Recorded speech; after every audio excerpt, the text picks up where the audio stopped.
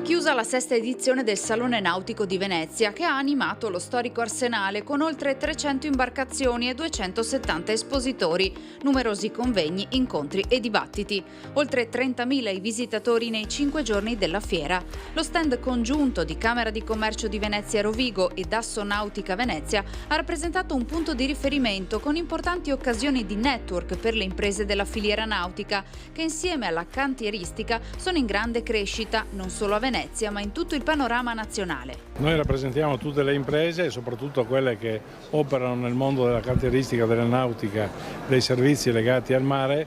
La Blue Economy non possono non avere la Camera di Commercio vicina e quindi noi non stiamo facendo un lavoro di promozione ma di sostegno a quello che è un mondo che insieme alle altre parti della provincia è vitale per un futuro, per un'economia che possa respirare perlomeno in maniera a pieni polmoni e non sempre in affanno. Un evento straordinariamente rilevante per il settore e per la città di Venezia, baricentro di tutta la nautica nell'area adriatica, ionica e dell'Europa centro-orientale. Assonautica Venezia è la parte operativa della Camera di Commercio che si occupa della nautica in Veneto e poi anche a livello nazionale.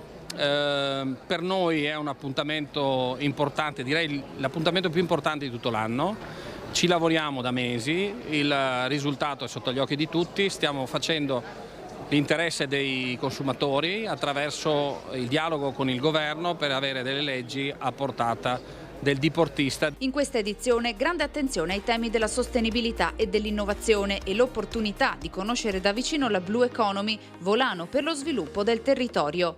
È una importante risorsa quella dell'economia del mare per il nostro paese, perché tocca tanti ambiti, tocca quello della cantieristica, quindi dei produttori di barche, tocca la pesca, tocca il turismo, tocca la ristorazione, tocca la ricettività, tocca l'energia. Un settore solido, quello della nautica, anche in uno scenario macroeconomico complesso. Il fatto che ci troviamo alla sesta manifestazione del Salone Nautico è la testimonianza che le nostre imprese, che fra l'altro in questi ultimi anni hanno avuto dal 2015 ad oggi una crescita del 29% e rappresentano una grande opportunità per il territorio, per l'occupazione, per il mondo delle imprese in generale. Imprese che possono contare sul sostegno dell'ente camerale.